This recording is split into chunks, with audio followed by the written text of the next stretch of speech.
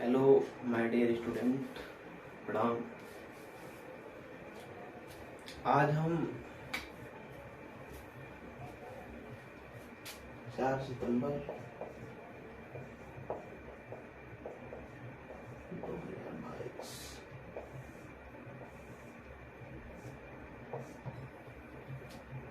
हम लोगों ने पिछले समय में हिस्ट्री के क्लासों में वैदिक सभ्यता में 2 सभ्यताओं के बारे में जानना था, एक ऋग्वैदिक काल के बारे में, एक उत्तर वैदिक काल के बारे में। आज हम जो इसमें सभ्यता है ऋग्वैदिक काल के बारे में हम लोग पढ़ रहे थे।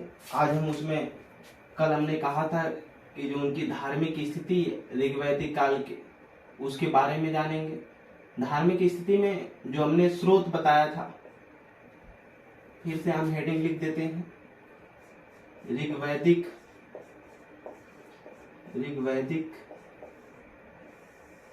काल। ऋग्वैदिक काल का जो समय था हम लोगों ने देखा कि ये 1500 बीसी से स्टार्ट होकर के 600 बीसी तक चला। और ऋग्वैदिक काल में हम लोग पढ़ रहे थे, ऋग्वैदिक ही काल में हम लोगों को पढ़ रहे थे धार्मिक स्थिति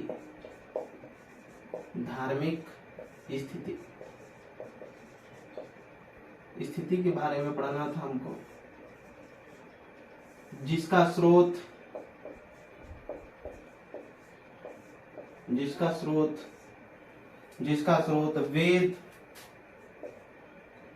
वेद, आरण्य,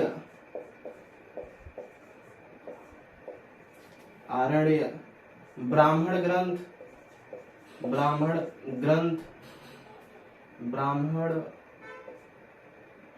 ग्रंथ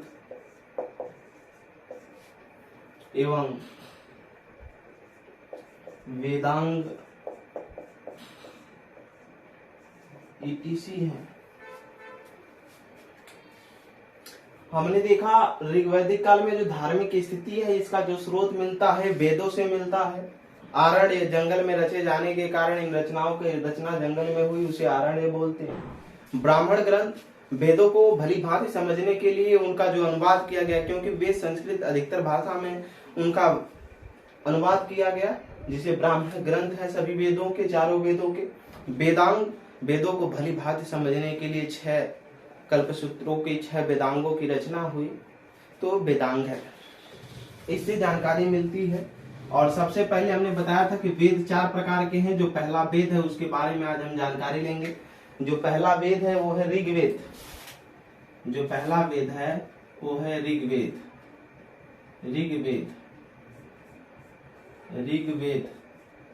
आज इसके बारे में हमको जानकारी लेना है, ऋग्वेद है क्या। और वेद शब्द का अर्थ ही हमने सबसे पहले ही बताया था कि क्या है। वेद शब्द का अर्थ ज्ञान होता है। क्या होता है? ज्ञान। वेद शब्द का अर्थ ज्ञान से। और जो एक वेद है एक कर्मकांड होते हैं, मतलब इसमें सभी कर्मों के बारे में जानकारी दी गई है। देवताओं की स्तुति कैसे करना है, उनके मंत्रों के बारे में। तो आज हम ऋग्वेद पढ़ेंगे।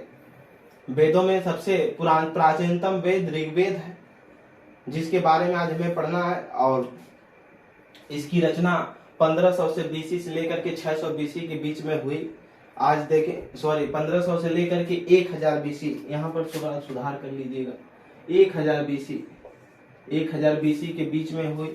आज हम पढ़ेंगे ऋग्वेद के बारे में, लिखेंगे पहला, यह सबसे प्राचीनतम वेद है। यह सबसे प्राचीनतम वेद है। यह सबसे प्राचीनतम वेद है। यह सबसे प्राचीनतम वेद है। प्राचीनतम वेद है। यह सबसे प्राचीनतम वेद है। आगे स्टार बनाकर लिखेंगे, इसमें देवताओं के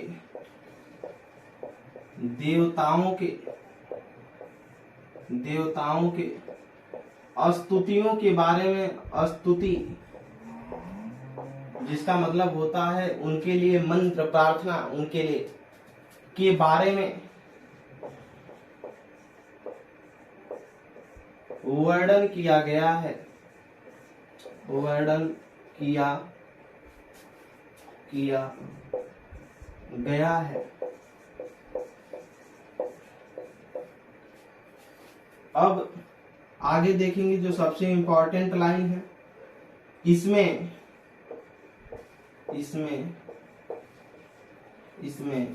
10 मंडल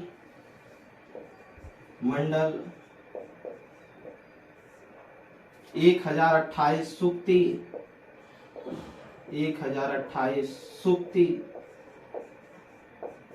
सूक्ति और 10,462 श्लोक को ही बोलते हैं मंत्र को ही बोलते हैं ऋचा, इसी को बोलते हैं खिल का उल्लेख मिलता है। कहीं कहीं ये जो 10,462 है, कहीं कहीं आपको मिलेगा 10,580। थोड़ा ये समझने की दृष्टि है, एनसीईआरटी पैटर्न के अनुसार जो 10,462 ही सही माना गया है। तो 10 मंडल यानी अध्याय है 10, 1028 सूक्तियां। आप देखे होंगे कि पहले हिंदी में काव्यों में पढ़े होंगे, पदों में पढ़े होंगे, काव्य या पद वाले चैप्टरों में या गद वाले में पढ़े होंगे। सूक्ति दी जाती है एक लाइन, जैसे दे दिया गया चरण कमल बंधव हरिराय, ए लाइन, एक लाइन। अब इस सूक्ति का व्याख्या करना था, उसी प्रकार सूक्तियां दी गई हैं कुछ, उसकी व्याख्या किया गया है। 10,462 श्लोक है, जिन्हें मंत्र भी कहा जाता है, इन्हें ऋचा भी कहा जाता है और खिल भी कहा जाता है। आगे देखेंगे, इसमें सबसे प्राचीनतम, इसमें आगे लिखेंगे सबसे प्राचीनतम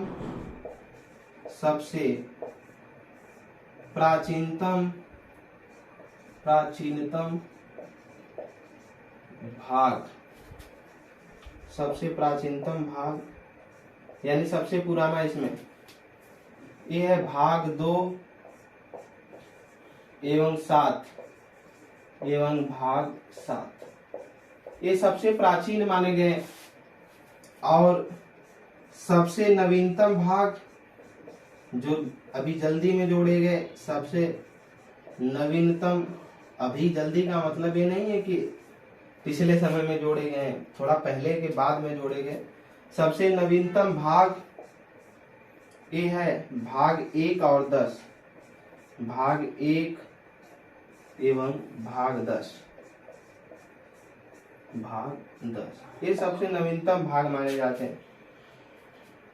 भाषा लिखेंगे, इसकी भाषा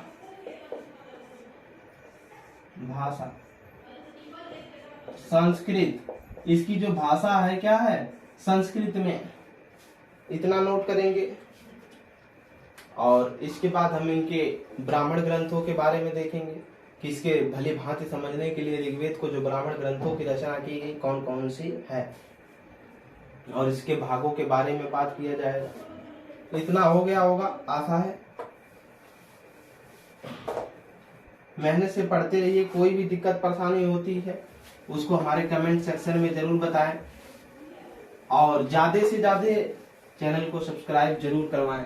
यूट्यूब चैनल पे उमाकांत यादव सर जीएस जो चैनल है, और लोगों को भी बताएं, और धैर्य बनाए रखें। जितना धैर्य बनाए रखेंगे उतना बेहतरीन कंटेंट मिलेगा। आगे इसमें हम देखेंगे ऋग्वेद के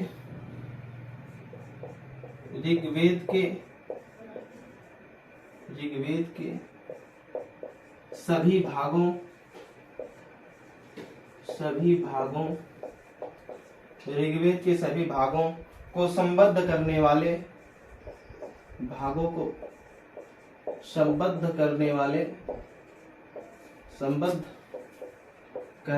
यानी संकलन करने वाले व्यक्ति महर्षि कृष्णद्वैपायन द्वैपायन पानी, वेद व्यास थे, वेद व्यास थे।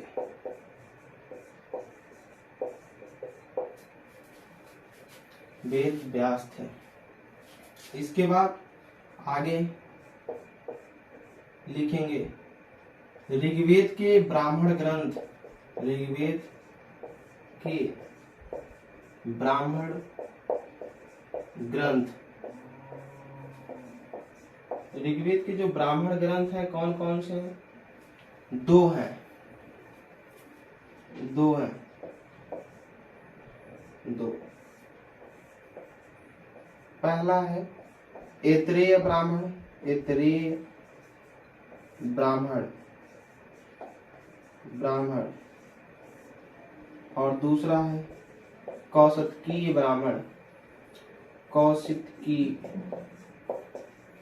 कौशिकी ब्राह्मण, कौशिकी ब्राह्मण।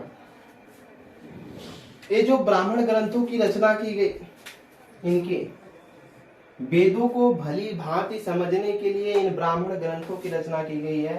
तो ऋग्वेद के दो ब्राह्मण ग्रंथ, ऐतरेय ब्राह्मण और दूसरा कौशिकी ब्राह्मण, और इनको जो संबद्ध करने वाले, ऋग्वेद के सभी भागों को संबद्ध करने वाले थे, वो थे महर्षि कृष्ण द्वैपायन वेद व्यास, महर्षि कृष्ण द्वैपायन वेद व्यास, इसको संबद्ध करने का। आगे इसको हम मिटाएंगे, एक लाइन और इसमें देख लीजिएगा। चलिए अभी आगे देख लेते हैं। ठीक,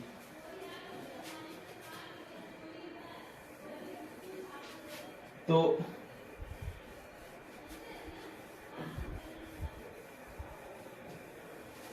आगे इसमें हम लोग देखेंगे मंडल, जो सबसे इंपॉर्टेंट इसमें मंडल है उनके बारे में देखेंगे। पहला है तीसरा मंडल, तीसरा मंडल, तीसरा मंडल, तीसरा मंडल। ये जो तीसरा मंडल है, इसमें इसके जो रचनाकार माने जाते हैं विश्वामित्र माने जाते हैं, रचयिता, रचयिता विश्वामित्र, विश्वामित्र, विश्वामित्र। गायत्री मंत्र दिया गया है इसमें, गायत्री मंत्र, गायत्री मंत्र की रचना की गई, गायत्री मंत्र। ओम भूर्भुवस्व जो है ना, वही गायत्री मंत्र। और ये समर्पित है, जो गायत्री मंत्र है ये सावित्री, सावित्री देवता, देवता कोष्टक में इन्हीं का सूर्य देवता के पर्यवाची है, सूर्य देवता को समर्पित है। कौन? गायत्री मंत्र। यहाँ लिख लेंगे समर्पित है, समर्पित है। किसको समर्पित है? सूर्य देवता को समर्पित है। और याद रखिएगा सूर्य देवता को जो प्रतीक दिया गया है, ये शुभ लाभ जो स्वास्तिक चिन्ह है, सूर्य देवता का ही पूजा का प्रतीक है माना जाता है। और तीसरा मंडल है जो ऋग्वेद में, उसके रचयिता विश्वामित्र माने जाते हैं, जिन्होंने गायत्री मंत्र की रचना की है। और यह गायत्री मंत्र जो रचना की गई है विश्वामित्र के द्वारा है, किसको समर्पित है? सावित्री देवता को समर्पित है। किसको? सावित्री देवता को समर्पित है। सावित्री देवता का मतलब किसको? सूर्य देवता को समर्पित। ठीक, यहाँ तक समझ में आ गया होगा। आगे हम देखेंगे कि जो ऋग्वेद के मंडल हैं, इन मंडलों के बारे में, जो इंपॉर्टेंट मंडल है, इनके रचनाकार कौन कौन माने जाते हैं। ठीक, तो दो कॉलम बनाएंगे, एक तरफ लिखेंगे मंडल और एक तरफ लिखेंगे ऋषि। एक तरफ लिखेंगे मंडल और दूसरे तरफ लिखेंगे ऋषि, दूसरे तरफ ऋषि।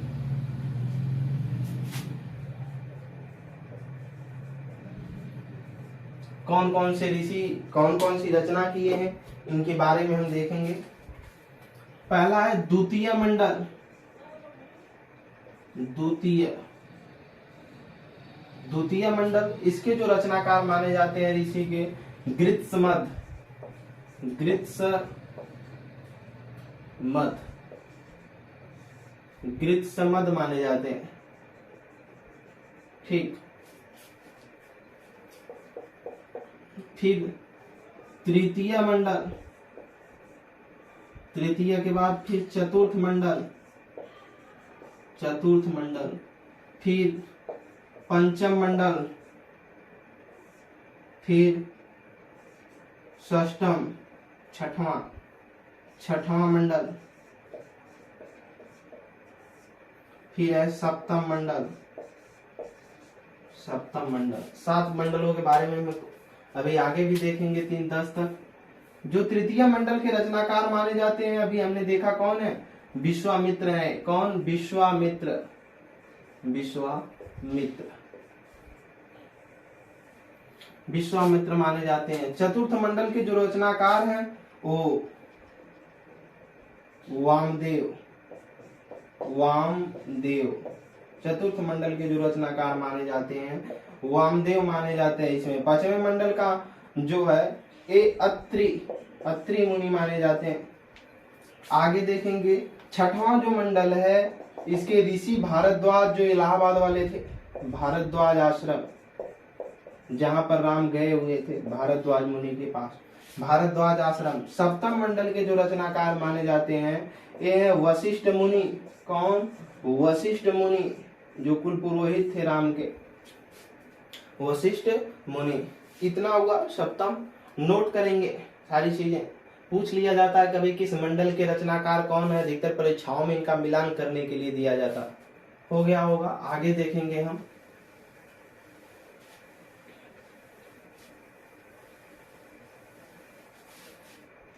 सप्तम के बाद आठवां मंडल, आठवां, आठवां, नौवां, 10वां। आठवां मंडल के जो रचनाकार माने जाते हैं ये हैं कण्व ऋषि। और 9वें मंडल के जो रचनाकार माने जाते हैं ये हैं अंगीरा, अंगीरा मुनि या अंगीरस ऋषि। और 10वें मंडल के जो रचनाकार माने जाते हैं ये महासुक्तीय माने जाते हैं, सुक्तीय। ध्यान देने योग्य बात है कि जो ये 9वां मंडल है, 9वां मंडल में सोम देवता का उल्लेख मिलता है। किसका? सोम देवता का, सोम देवता का उल्लेख मिलता है। और 10वें मंडल में चातुर्स्य वर्ण का समाज का उल्लेख मिलता है। पिछले कक्षाओं में हमने बता दिया इसको, चातुर्स्य वर्ण समाज, समाज का उल्लेख, चातुर्स्य वर्ण समाज का उल्लेख मिलता है। चातुर्स्य वर्ण समाज का मतलब जिसमें 4 प्रकार के लोग थे, 4 प्रकार के लोग थे। पहला था ब्राह्मण, ब्राह्मण, दूसरा क्षत्रिय, तीसरा था वैश्य, वैश्य, फिर था शूद्र। ये चीजों में 4 भागों में बटा हुआ था, जिसे चातुर्स्य वर्ण समाज की कल्पना कही जाती है। ये ऋग्वेद के किस मंडल में है? 10वें मंडल में है। चारों जो बिरादरी बटी हुई है। ब्राह्मण का कार्य था इसमें सभी कार्यों को संपन्न कराना, धार्मिक जो कार्य हुआ करते थे उसको संपन्न करवाना। क्षत्रिय का जो काम हुआ करता था उसका काम था रक्षा करना। और वैश्य का काम था, जो वैश्य हुआ करता था इसका काम था व्यापार को संपन्न करना। और जो शूद्र हुआ करते थे, शूद्रों का जो काम था ये उपरोक्त तीनों वर्णों की क्या करना? सेवा करना इनका मुख्य कार्य था। अब एक चीज और छूट गई है, चौथे मंडल, जो चौथा मंडल है इसमें कृषि का वर्णन मिलता है, ठीक, जिसको हमने कल भी देखा था। इतने वे इम्पोर्टेंट थे, आगे हम देखेंगे इसमें।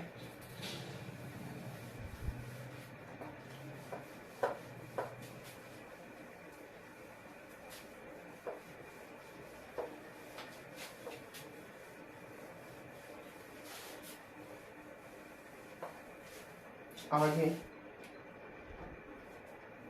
ऋग्वैदिक इस काल में जो माना गया, सरस्वती जो नदी थी, सरस्वती, सरस्वती नदी को, इस काल में सरस्वती नदी को पवित्र नदी माना जाता था। पवित्र नदी, पवित्र नदी। और ऋग्वेद में सिंधु जो नदी है, सिंधु नदी का सर्वाधिक बार उल्लेख मिलता है। सर्वाधिक, कल भी हमने बताया था इसको, सर्वाधिक उल्लेख है, उल्लेख है। और गंगा का एक बार उल्लेख है, गंगा का एक बार उल्लेख है। और यमुना का 3 बार उल्लेख है, यमुना का 3 बार। और हमने कल बताया था कि जो ऋग्वेद है, पिछली कक्षाओं में जो ऋग्वेद है, इसमें कुल 25 नदियां दी गई हैं, 25 नदी है बात की गई है ऋग्वेद। लेकिन सूक्तियों में बस 21 नदी मिलती हैं। जो सूक्तियों का वर्णन है उसमें 21 नदी का ही वर्णन है, ठीक। जिसमें से हमने इम्पोर्टेंट जो था उन नदियों के बारे में देख लिया। सरस्वती नदी पवित्र नदी मानी गई ऋग्वेद में। सिंधु नदी का सर्वाधिक उल्लेख मिलता है और गंगा का 1 बार उल्लेख मिलता है और यमुना का 3 बार उल्लेख मिलता है। ऋग्वेद में 25 नदियां की बात की गई थी, लेकिन सूक्तियों में मात्र 21 नदियों का ही उल्लेख मिलता है। हो गया यहाँ तक। कोई भी अगर दिक्कत परेशानी होती है आप हमको कमेंट सेक्शन में जरूर बताएंगे। हाँ, ये भी एक चीज याद रखेंगे कि जो ऋग्वेद है, इसमें ऋग्वेद में हमने पिता जो शब्द आया है 335 बार आया है। पिछली कक्षाओं में भी इसको बता दिया गया। आगे हम दूसरे वेद के बारे में पढ़ेंगे। अब जो पूरा हुआ ऋग्वेद, इसको याद रखेंगे।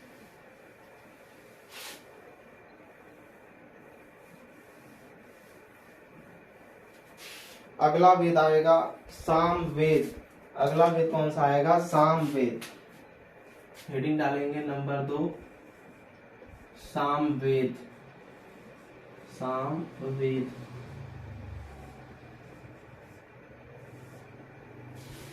साम वेद ये 2 शब्दों से मिलकर बना हुआ है। साम प्लस वेद। साम का अर्थ है, साम का अर्थ गायन से, सायं का अर्थ गायन से, वेद का अर्थ है ज्ञान से। जहां से हमें गायन का क्या मिले? ज्ञान मिले, वही क्या है? साम वेद। जहां से हमें गायन का अर्थ मिले वो क्या है? गायन का ज्ञान मिले, वो साम वेद है। आगे लिखेंगे इसमें, इसे भारतीय संगीत का, इसे भारतीय संगीत का, भारतीय संगीत का, संगीत का जनक माना जाता है। जनक माना जाता है। भारतीय संगीत का जनक माना जाता है। जनक यानी एक गीत गायन का जो स्रोत है यहीं से है, क्योंकि जो संगीत के 7 स्वर यहीं से मिले हमें। संगीत के 7 स्वर, संगीत के 7 स्वरों का उल्लेख मिलता है। संगीत के 7 स्वरों का उल्लेख हमें कहां से प्राप्त होता है? उल्लेख मिलता है इसी में संगीत के 7 स्वरों का उल्लेख मिलता है। किसका? 7 स्वरों का। कौन कौन से स्वर हैं उसको हम देखेंगे। सा, रे, ग, म, पा, सारे गा म, प, ध, नी। कितना हो गया? 1 2 3 4 5 6 7। ये 7 स्वरों का क्या मिलता है हमें? संगीत के उल्लेख मिलता है। कहाँ मिलता है? किस वेद में? साम वेद में। इसीलिए इसे भारतीय संगीत का क्या माना जाता है? जनक माना जाता है। ठीक, आगे देखेंगे इसमें इसमें सूर्य देव की स्थिति से संबंधित इसमें सूर्य देव की स्तुति से संबंधित इसमें सूर्य देव के स्तुति से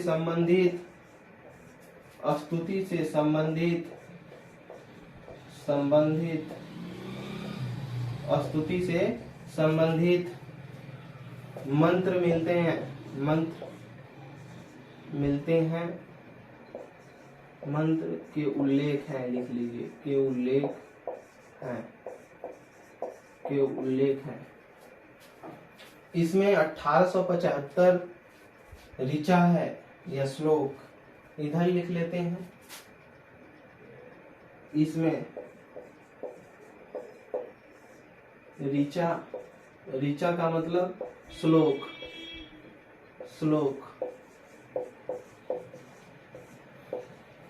जो है इसमें है, डैश देकर आगे लिखेंगे 1875। यहाँ तक नोट हो गया होगा। आगे हम मिटा करके देखेंगे इनके जो ब्राह्मण ग्रंथ हैं इनको क्या कहा जाता है। और एक चीज पिछली ऋग्वेद में छूट गई है, उसको नोट करेंगे। ऋग्वेद के गायनकर्ता को होत्री बोला जाता है, यानी जो पुरोहित उसको पढ़ता है उसको क्या हम बोलते हैं? होत्री बोलते हैं। होत्री। एक चीज छूट गई है, वही नोट कर लीजिएगा। इसमें यहाँ पर ऋग्वेद गायनकर्ता को होत्री बोलते हैं, होत्री। और सामवेद के गायनकर्ता को, इसके गायनकर्ता को उद्गाता बोलते हैं, उद्गाता। ठीक। अब इसके ब्राह्मण ग्रंथों को हम लिखेंगे।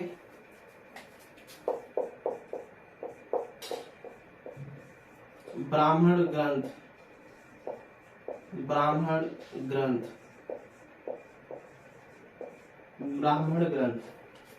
जो ब्राह्मण ग्रंथ है वो पंचवीस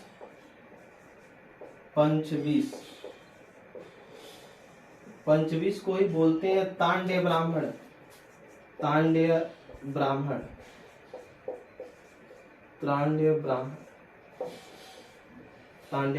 25 ब्राह्मण, 25 और ब्राह्मण। इसके बाद एवं हो जाएगा 26 ब्राह्मण। 26 ब्राह्मण। दो इसके हैं ब्राह्मण ग्रंथ, 25 ब्राह्मण और दूसरा 26 ब्राह्मण। यानी हमने पहले भी बता दिया कि वेदों को भली भांति समझने के लिए जो ब्राह्मण ग्रंथों की रचना की गई, यह जो भाषा सामवेद है इसकी भी भाषा क्या है? संस्कृत है। इसको नोट कर लेंगे, इसकी भी भाषा क्या है? संस्कृत है। अब इसमें उपनिषद है, उन उपनिषदों को लिखना है।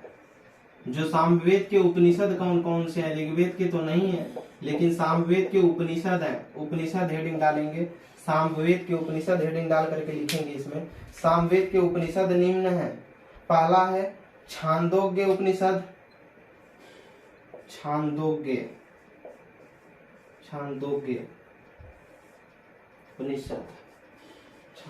उपनिषद। फिर दूसरा लिखेंगे जैमिनी उपनिषद।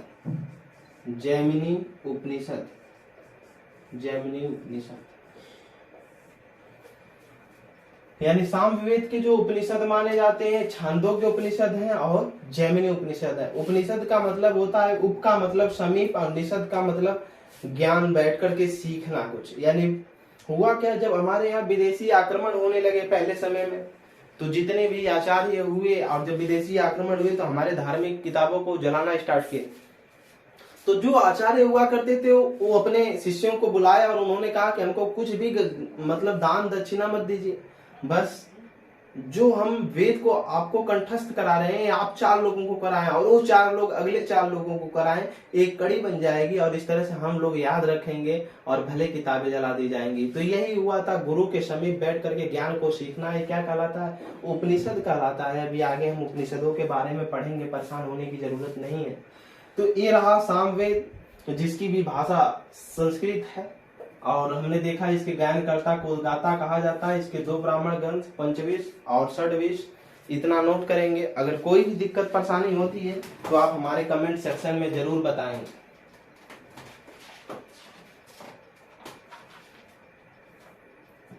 नोट कर लिए होंगे आप, आशा है। आगे हम देखेंगे अगले वेद के बारे में। अगला वेद होगा यजुर्वेद। कौन? यजुर्वेद।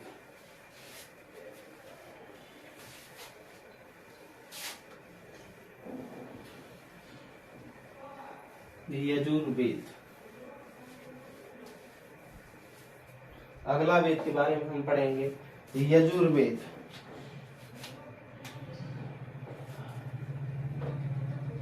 तीसरा, यजुर्वेद। यजुर्वेद यजुर्वेद इसकी भी भाषा संस्कृत है। इसकी भी जो भाषा है वो संस्कृत ही है। भाषा भाषा संस्कृत है, संस्कृत है। अब क्या है इस वेद में? इस वेद में यज्ञों से संबंधित यज्ञों से संबंधित यज्ञों से संबंधित यज्ञों से संबंधित ब्राह्मण यज्ञों से संबंधित नियम मंत्र और धार्मिक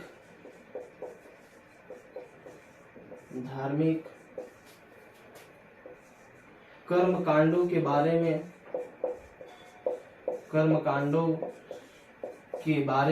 वर्णन है।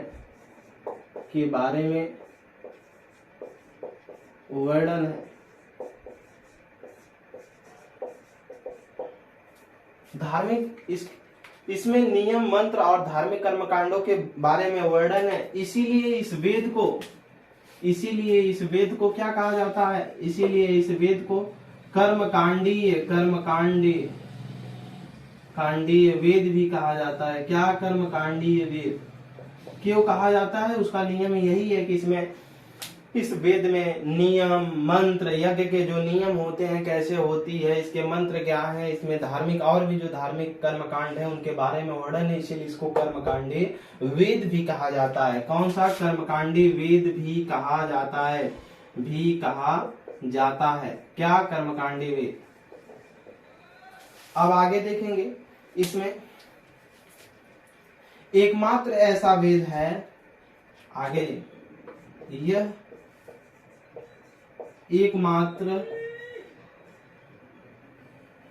सीधे यहां से पहले ऐसे लिखिए, इसके 2 भाग हैं। इसके 2 भाग हैं। इसके 2 भाग हैं।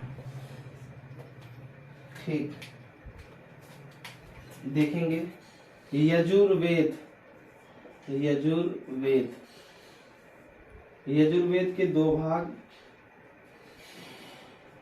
एक है शुक्ल यजुर्वेद,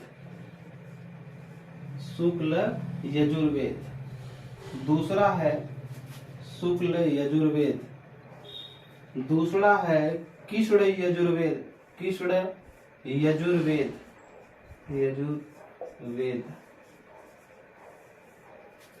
एक है शुक्ल यजुर्वेद और दूसरा है कृष्ण यजुर्वेद। अब इनके भागों में क्या क्या है? जो शुक्ल यजुर्वेद है ये पद में लिखा गया है, ये पद में है, ये किसमें है, पद में। और इसका जो ब्राह्मण, इसकी संहिता, संहिता संहिता क्या है अभी आगे हम लोग देखेंगे। संहिता वाजसनेयी है, वाजसनेयी। पीसीएस की परीक्षा में 2 बार पूछा जा चुका क्वेश्चन। जो शुक्ल यजुर्वेद है इसकी संहिता वाजसनेयी है, और कृष्ण यजुर्वेद इसकी संहिता ये जो लिखा गया है ये गद और पद दोनों में लिखा गया है, एक गद और पद दोनों में लिखा गया है। और याद रखिएगा चंपू एक ऐसी विधा है जो गद और पद दोनों में लिखी जाती है। नोट में कहीं लिख लेंगे चंपू, नोट में लिखेंगे चंपू एक ऐसी विधा है, ऐसी विधा है जो गद और पद दोनों में, गद और पद। विधा आप देखे होंगे जैसे पूछा जाता होगा पहले की 10th में, इंटर तक पढ़े होंगे हिंदी, तो उसमें दिया जाता था रचना, रचनाकार के नाम और कौन सी विधा है। विधा का मतलब उपन्यास है, नाटक है, कृति है, किस चीज पर वो लिखी गई है वो विधा पूछी जाती थी। जो गद और पद दोनों में लिखी गई है ऐसी विधा को हम चंपू नाम देते हैं। तो कृष्ण यजुर्वेद गद और पद दोनों में लिखा गया है। आगे इतना हो गया शुक्ल यजुर्वेद और कृष्ण यजुर्वेद, इसके 2 पार्ट हैं। आगे हम देखेंगे इसके जो ब्राह्मण ग्रंथ है कौन से।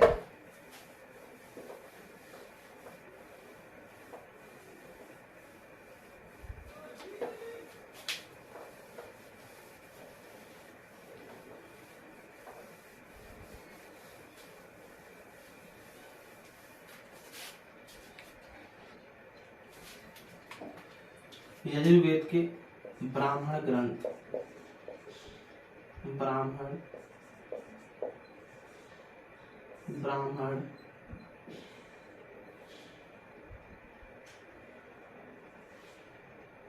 ग्रंथ। ब्राह्मण ग्रंथ किसके जो हैं देखेंगे, इसको 2 हैं।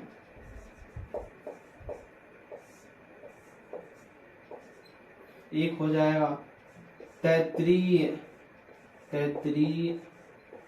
ब्राह्मण, तैत्तिरीय ब्राह्मण, और दूसरा हो जाएगा शतपथ ब्राह्मण। और हमने बहुत पहले से बताते हुए आ रहे हैं कि इन ब्राह्मण ग्रंथों की रचना किस लिए हुई, वेदों को भली भांति समझने के लिए प्रत्येक वेदों का ब्राह्मण ग्रंथों में रचना हुई। आगे इसके गायनकर्ता को, यजुर्वेद के जो गायन करता है या पाठन करता है, गायन करता, इसको जो पढ़ता है या गाता है उसको बोला जाता है अर्धवयु,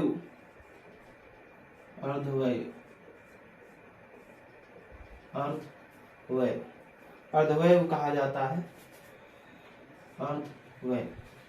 आगे अब हम देखेंगे अगले वेद के बारे में, सॉरी अभी इसके उपनिषद बचे हुए, उपनिषद, यजुर्वेद के उपनिषद,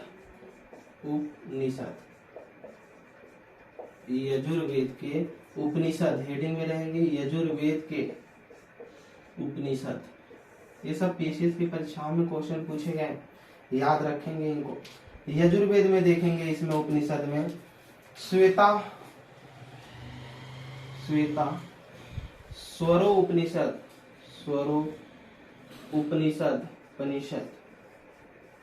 श्वेता स्वरो उपनिषद। दूसरा लिखेंगे कठोपनिषद,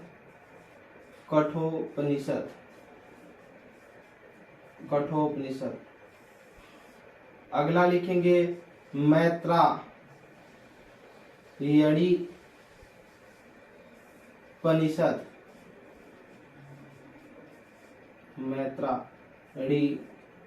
मैत्रायणी उपनिषद।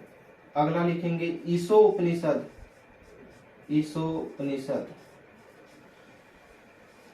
ईशो उपनिषद। पहला है श्वेताश्वरो उपनिषद, कठो उपनिषद, मैत्राणी उपनिषद, ईशो उपनिषद। इसमें आते हैं किसके उपनिषद है? यजुर्वेद के उपनिषद है। ठीक, आगे हम अगले वेद के बारे में देखेंगे।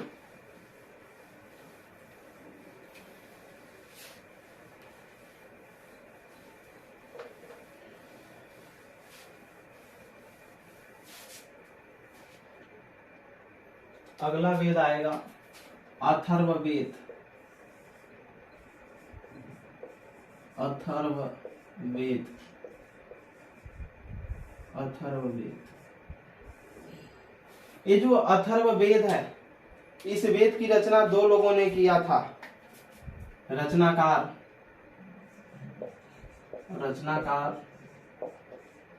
दो लोग थे।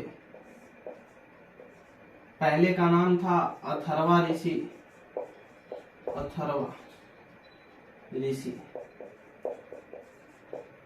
और दूसरे थे अंगिरस। इन्हीं दोनों लोगों के नाम से मिलाकर इस वेद का नाम पड़ गया। कहीं कहीं मिलता है अंगिरस, अथर्वांगिरस, अथर्वा अंगिरस, अथर्वांगिरस भी कहा जाता है, भी कहा जाता है। इसी से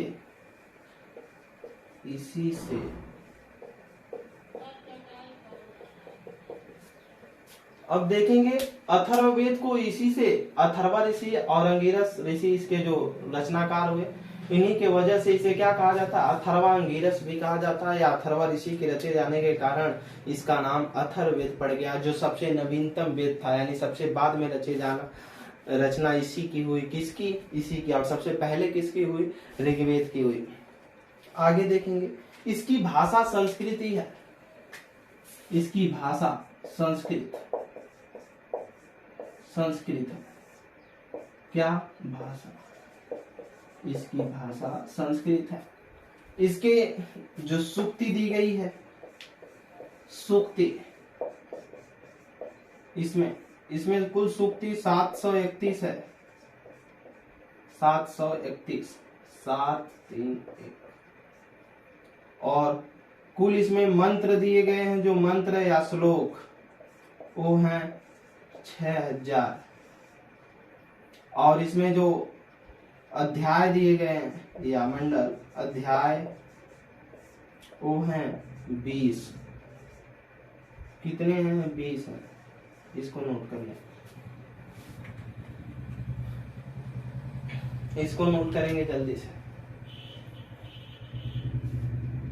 हो गया होगा। आगे देखेंगे इसमें है क्या, देखेंगे इसमें, इस वेद में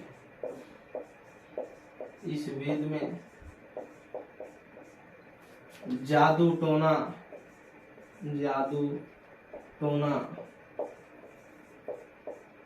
भूत प्रेत,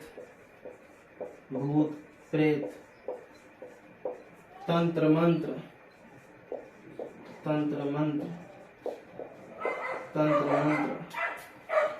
एवं तंत्र मंत्र निवारण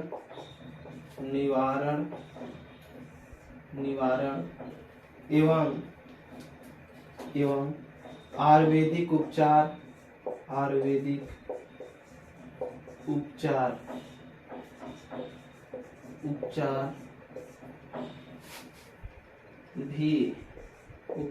का भी वर्णन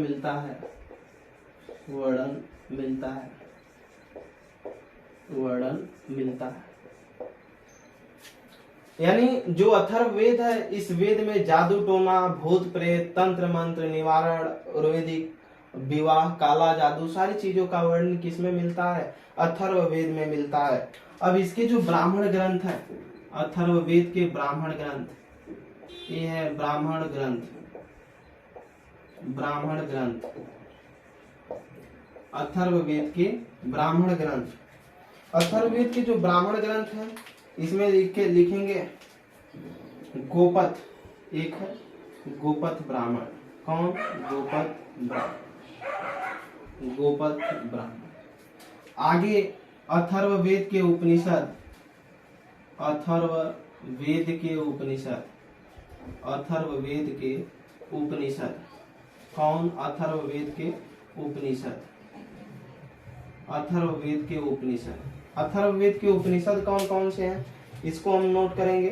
पहले लिखेंगे मुंडको उपनिषद, मुंडको उपनिषद, मुंडको उपनिषद, मुंडको उपनिषद। जहां पर क्या दिया गया है? सत्यमेव जयते। अगला लिखेंगे प्रश्नो उपनिषद, प्रश्नो उपनिषद, प्रश्नो उपनिषद, प्रश्नो उपनिषद, प्रश्नो उपनिषद।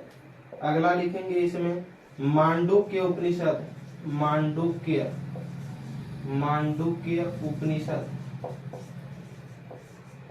मांडुक्य उपनिषद। क्या है? मुंडको उपनिषद, प्रश्नोपनिषद और मांडुक्य उपनिषद इत्यादि का वर्णन मिलता है। आगे इन सब के बारे में हमने पढ़ लिया। एक नोट लिखेंगे लास्ट में, नोट, नोट, नोट, नोट में लिखेंगे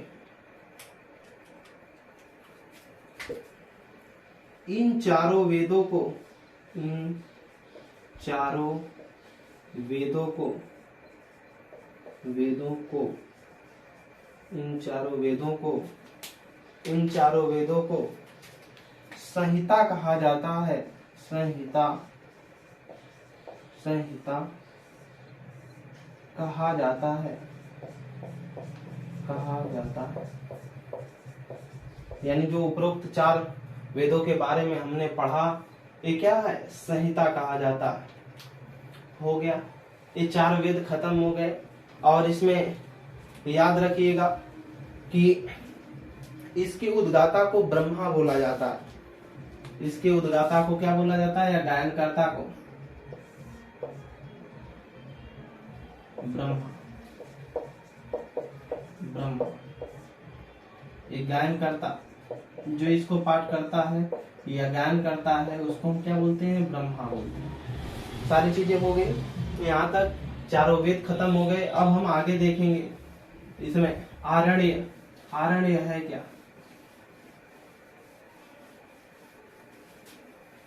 आरण्य,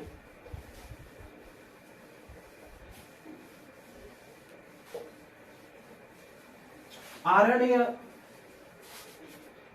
ऋग्वैदिक काल में जो अरण्यनी होती करती थी, अरण्यनी, अरण्यनी को जंगल का देवी माना जाता था। तो अगला होगा आरण्य, हेडिंग रहेगी आरण्य, आरण्य, आरण्य।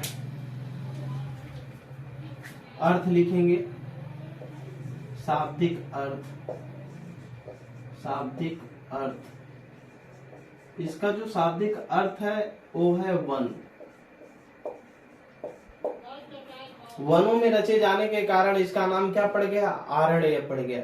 वनों में रचे जाने के कारण इसका नाम क्या पड़ गया? आरण्य पड़ गया। लिखिएगा इसमें वो ग्रंथ, वो ग्रंथ जिसकी रचना, वो ग्रंथ जिसकी रचना, रचना जंगलों में हुई या वनों में हुई, जिसकी रचना जंगलों में हुई या वनों में हुई, क्या कहलाते हैं? आरण्य कहलाते हैं। इनकी जो संख्या है 7 है, इनकी संख्या 7, 7 है, इनकी संख्या 7 है। ठीक, आगे देखेंगे उपनिषद। आरण्य के बाद उपनिषद के बारे में देखेंगे, आरण्य के बाद उपनिषद के बारे में देखेंगे।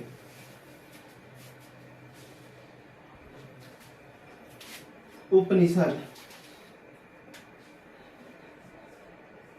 उपनिषद उपनिषद। उपनिषद दो शब्दों से मिलकर बना हुआ है, उप और निषद। ये उप और निषद। उप का मतलब होता है समीप और निषद का मतलब होता है बैठना। यानी गुरु के समीप बैठ करके जो कुछ ज्ञान सीखा गया वही क्या है, उपनिषद है। इसमें लिखेंगे जिस ज्ञान को शिष्यों ने गुरु के समीप बैठ करके ज्ञान अर्जित किया, जिस ज्ञान को शिष्यों ने गुरु के समीप बैठ करके ज्ञान को अर्जित किया, वो क्या कहलाता है, वह ज्ञान क्या कहलाता है, उपनिषद कहलाता है। उपनिषदों की संख्या लिखेंगे, उपनिषदों की संख्या 108 है। उपनिषदों की संख्या 108 है।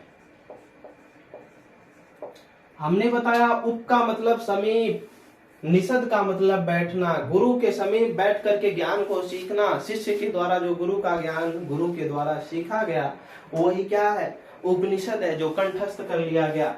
संख्या इनकी 108 है। और प्रामाणिक उपनिषद,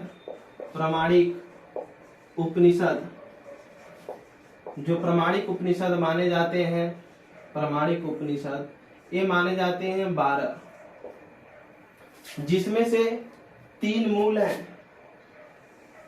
जिसमें से 3 मूल हैं और तीनों के बारे में हमें जानना भी है। पहला है मुंडकोपनिषद, मुंडकोपनिषद।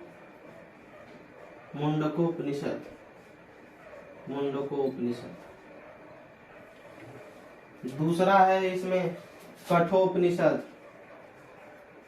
कठोपनिषद।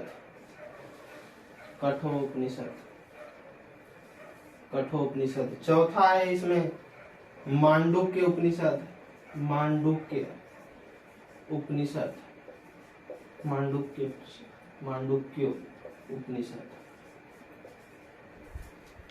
अब कुछ लोग मुंडको उपनिषद और मांडुक्य उपनिषद में अर्थ ही नहीं समझ पाते, तो इसको आपका काम है समझना महत्वपूर्ण तरीके से।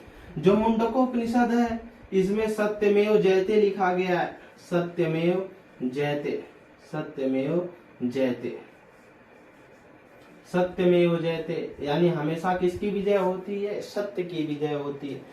मुंडकोपनिषद में सत्यमेव जयते लिखा गया है और सत्यमेव जो जयते है इसकी तुलना टूटी हुई नाव से की गई है। किसमें, मुंडकोपनिषद में।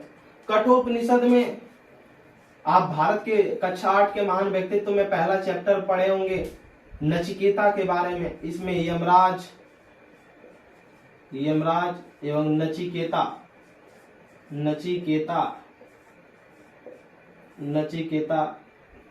के बीच संवाद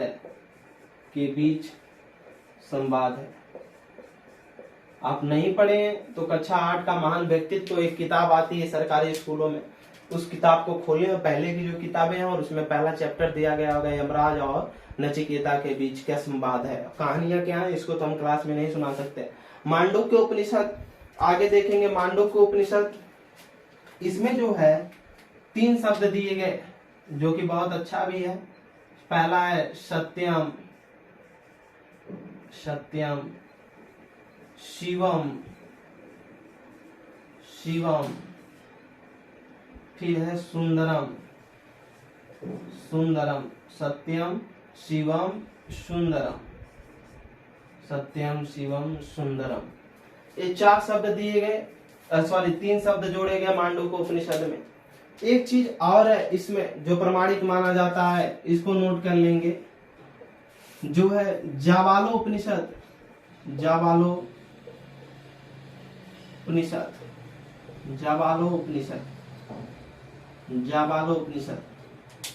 इसमें चारों आश्रमों के बारे में उल्लेख मिलता है, चारों आश्रम के बारे में उल्लेख मिलता है। 4 आश्रम कौन है का उल्लेख।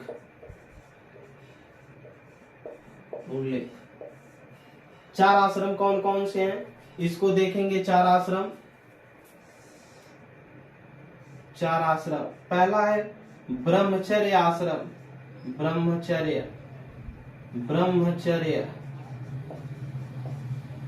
ब्रह्मचर्य आश्रम। दूसरा है गृहस्थ आश्रम, गृहस्थ आश्रम। और तीसरा है वानप्रस्थ आश्रम, वानप्रस्थ आश्रम। चौथा है संन्यास प्रस्थ आश्रम, संन्यास प्रस्थ आश्रम। थोड़ा सा मार्कर कम चल रहे हैं, इसको ध्यान देंगे। जाबालो उपनिषद में चारों आश्रम का उल्लेख मिलता है, जिसमें पहला आश्रम है ब्रह्मचर्य आश्रम, जिसमें जो आयु हुआ करती थी, उम्र जो उम्र हुआ करती थी, इसमें 0 से 25 वर्ष, यानी ऐसा माना जाता था कि 25 साल के पहले शादी नहीं होनी चाहिए। गृहस्थ आश्रम का जो समय था, ये माना जाता था कि 25 साल से लेकर के 50 साल तक, 50 वर्ष तक। और वानप्रस्थ यानी 50 साल के बाद आप 75 साल के बीच वन के लिए क्या करेंगे, गमन करेंगे, वन के लिए जाएंगे, घर नहीं रुकेंगे 50 साल के बाद। फिर संन्यास प्रस्थ का मतलब है सन्यासी बन जाएंगे, कब से लेकर के 75 से 100 साल के बीच में। आज की पीढ़ियों को छोड़कर, आज तो पिज्जा बर्गर चाउमीन वाली पीढ़ियां हैं जो कि ज्यादा समय तक जीवित नहीं है, अधिकतर 40 से 60 के बीच में दुनिया से चले जा रहे हैं। ब्रह्मचर्य आश्रम 0 से 25 वर्ष, यानी ब्रह्मचर्य जीवन बिताना था 0 से 25 साल तक। गृहस्थ आश्रम जो बिताना था 25 से 50 साल तक। फिर अगला वानप्रस्थ आश्रम भी जो था, इसमें 50 से 75 वर्ष तक था। फिर संन्यास प्रस्थ आश्रम 75 से 100 वर्ष था। और आगे चल करके हम जाबालो उपनिषद देखा, वृद्धाकोड्य उपनिषद के बारे में भी देखना है। अभी और चीजों को देखना है तो हम कल आगे उपनिषद से लेकर के पुराणों में क्या दिया गया, महाकाव्य क्या है, ये सारी चीजों के बारे में अध्ययन करेंगे। और अब कल शिक्षक दिवस भी है 5 सितंबर के कार्यक्रम को लेकर, तो मैं एक कहानी बताना चाहता हूँ। जब संन्यास प्रस्थ और ब्रह्मचर्य आश्रम आया हुआ क्या, एक गुरु थे, उनके कुछ शिष्य थे। उन्होंने जब शिष्यों की विदाई दे रहे थे, सब कुछ पठन पाठन की क्रिया अंतिम चरण पर हो गई, तो उन्होंने विदाई जब दे रहे थे तो शिष्यों को उन्होंने एक सुझाव ये दिया। उन्होंने बताया कि सभी लोग जा रहे हैं तो कुछ काम करना है, और क्या क्या काम करना है उन्होंने बताया कि कभी भी 2-3 बातों को उन्होंने कंठस्थ कराया। कभी भी किसी भी व्यक्ति को आप जो है शादी नहीं करना हो। आप लोगों को कभी भी, जितने उनके शिष्य थे उनको बताया कि आपको कभी शादी नहीं करना, पहला, यानी हमेशा क्या बिताना है, ब्रह्मचर्य मतलब जीवन बिताना है। ठीक। दूसरा उन्होंने शर्त दिलाया कि कभी भी आप अपने दुनिया में, पूरी दुनिया में आप अपना नाम कभी रोशन नहीं करेंगे। तो उन्होंने इस बात को कंठस्थ करते हुए आगे की तरफ बढ़े। तो उसमें एक साधक था जो बहुत कठिन तपस्या आगे चल करके फिर किया, वहां से दीक्षा और शिक्षा लेने के बाद। शिक्षा और दीक्षा 2 चीज होती हैं। शिक्षा का मतलब होता है कि जो हम शिक्षा दे रहे हैं, ये शिक्षा हो गई, और दीक्षा का मतलब जो गुरु तंत्र मंत्र और भी विद्याएं, धनुर्विद्या हुई, सारी चीज, योग विद्या हुई, ये सारी चीजें जो योग शिक्षा सिखाई जाती हैं वो दीक्षा में आएंगी। तो ये सब लेकर के वो साधक जब कठिन तपस्या करने के बाद एक यज्ञ में पहुंचा, तो ईश्वर ने उसकी परीक्षा लेनी चाहिए। ईश्वर जब परीक्षा लेना चाहा तो उन्होंने क्या किया कि जब वो यज्ञ में बैठा हुआ था तो उन्होंने सुंदर एक स्त्री को भेजा उस यज्ञ के पास। और जब भेजा तो वो स्त्री आई स्वर्ग लोक से, एक परी के रूप में आई, कहीं मैं आपसे शादी करना चाहता हूँ। इन्होंने कहा दूर भगो, मेरी तपस्या भंग हो जाएगी, मेरे गुरु ने मुझको मना किया है शादी करने। तो फिर उन्होंने कही कि नहीं, हमको शादी करना है आपसे। उन्होंने कहा दूर भगो, मेरी तपस्या भंग हो जाए। इस तरह से चलता रहा। तीसरी ने कही कि क्या भगवान शिव शादी नहीं किए थे? उन्होंने कहा हाँ सही कह रहे हैं, वो भी तो शादी किए थे। उन्होंने जयमाला वरमाला डाल करके शादी कर लिया और घर आए। शाम के टाइम में जब उन्होंने पैर दबाना स्त्री शुरू की तो उन्होंने कहा दूर भगो, मेरी तपस्या भंग हो जाएगी, मेरे गुरु ने मुझको मना किया है, ब्रह्मचर्य जीवन बिताना है, दूर भगो। उन्होंने कहा क्या लक्ष्मी जी विष्णु जी का पैर नहीं दबाते? उन्होंने कहा हाँ ये तो सही है। सुबह हुआ, सुबह के टाइम वो साधक का हर चीज खत्म हो गया और वो लेकर के स्त्री को एक जंगल के रास्ते से गुजर रहा था और जब घूम रहा था तभी कुछ बदमाशों ने देखा और उसको पीट पीट करके मार दिया और जो स्त्री स्वर्ग लोक से आई थी वो ऊपर की तरफ चली गई।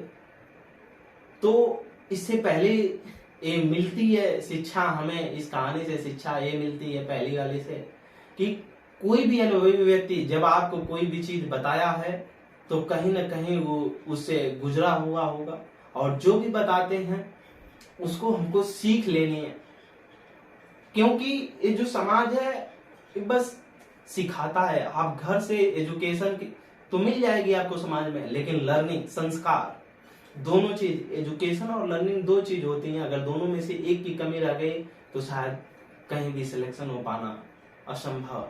एजुकेशन और लर्निंग, शिक्षा के साथ साथ संस्कार बहुत जरूरी है और संस्कार अगर है, शिक्षा नहीं है तब भी आपका सिलेक्शन नहीं होगा। शिक्षा है, संस्कार नहीं है तब भी सिलेक्शन नहीं होगा। तो बड़े बड़े अनुभवी जो हैं या समाज में जो भी बड़े व्यक्ति हैं उनका सम्मान करते हुए हमसे उनसे कुछ सीखना चाहिए। आज का जो युग है भौतिकवादी युग है। जो पहले के माँ बाप हैं या पहले के जो बड़े बुजुर्ग हैं इनके बीच में वो सोचते हैं कि ये गधे हैं, गंवार हैं, कुछ नहीं जानते, जाहिल हैं, अपने आप को श्रेष्ठ मानते हैं। शहर में आया हुआ एक बीएसए करता हुआ लड़का अपने माँ बाप को गंवार समझ लेता है, बाकी अपने को श्रेष्ठ मानता है। सजनी खनवा हम ही राजकुमार, कालर टाइट करके घूमता है। सजनी खनवा हम ही राजकुमार अपने आप को समझता है, लेकिन ये गलत कहा गया है। बड़े बुजुर्गों के पाँव में और गांव के पेड़ों के छांव में कुछ सीखिए, यही लर्निंग बहुत जरूरी है। आज किसी के बाप का नाम पूछ दीजिए, डायरेक्ट बोलता है, जो भी है कमलेश्वर महेश्वर जो भी है डायरेक्ट इस तरह से बोलता है, कमलेश महेश। पहले के लोग नाम पूछने पर आज भी बताते हैं श्रीमान जी मेरे पिताजी का नाम ये है, चाहे वो छोटा अधिकारी पूछे चाहे बड़ा अधिकारी पूछे, इस तरह से होता। दूसरी चीज उन्होंने जो शपथ दिलाई थी, कभी भी आप दुनिया में अपना नाम रोशन मत करना। तो उन्होंने जो साधक हुआ फिर जंगल में जब उसको मार पीट करके छोड़ दिए सब, तो गांव के बगल के कुछ लोगों ने उनको उठाया और फिर से दुआ दर्पण किया, उनका दवा दर्पण, फिर ठीक हुए, फिर आगे की तरफ उनको भेजा। वो गए, फिर से तपस्या में लीन हो गए। फिर कुछ समय के बाद वो तपस्वी बन करके किसी गांव के करीब में पहुंचे तो वहां का एक व्यक्ति जो बहुत बीमारी से ग्रसित था, बहुत दवा खाते थक गया था, रोते रोते गया, कहा बाबा मुझको बचा लीजिए, मुझको बचा लीजिए। बाबा ने क्या किया, अपने सर से एक बाल उखाड़ करके और उसको दे दिया, कहा कि ले जाओ पानी में घोल कर पी जाना और किसी को बताना मत ठीक होने के। और जब वो व्यक्ति ठीक हो गया तो वो पूरा गांव भर बता डाला, और जब गांव भर बता डाला तो पूरे गांव के लोग आकर के मिल करके उसके पूरे सर का बाल ही उखाड़। तो वही है, गुरु ने जो वचन दिया था उस वचन को उन्होंने भूल गया और निभाया नहीं सही तरीके से, तो उसको इतनी परेशानियां झेलनी पड़ी। कल शिक्षक दिवस के अवसर पर 5 सितंबर को शिक्षक दिवस मनाया जाता है भारत में, डॉक्टर सर्वपल्ली राधाकृष्णन के जन्म दिवस पर, और 5 अक्टूबर को अगले महीने में विश्व शिक्षक दिवस मनाया जाता है। आपसे गुजारिश है कि बेहतरीन से बेहतरीन शिक्षक, पहले जो माता है, पहले शिक्षक माता और दूसरे पिता, फिर इसके बाद गुरु का स्थान आता है, ठीक, लेकिन ईश्वर से भी बड़ा माता पिता और यानी गुरु का स्थान दिया गया है। कबीरदास में भी लिखा होगा, आपने देखा, गुरु गोविंद दो खड़े काके लागों पाए, बलिहारी गुरु आपने गोविंद दियो बताया, यानी ईश्वर ने बताया कि पहले गुरु का पैर छुओ, क्योंकि अगर गुरु संभव नहीं होता तो शायद आपका जो लक्ष्य है उस मुकाम पर कोई नहीं पहुंचा पाता। तो आज के लिए इतना ही, धन्यवाद, प्रणाम। और आगे कोई भी अगर दिक्कत परेशानी होती है तो उसको हमको कमेंट सेक्शन में बताएं और हमारे क्लास से जुड़े। उमाकांत यादव सर जीएस का चैनल ज्यादा से ज्यादा सब्सक्राइब करें, लाइक करें। धन्यवाद, प्रणाम।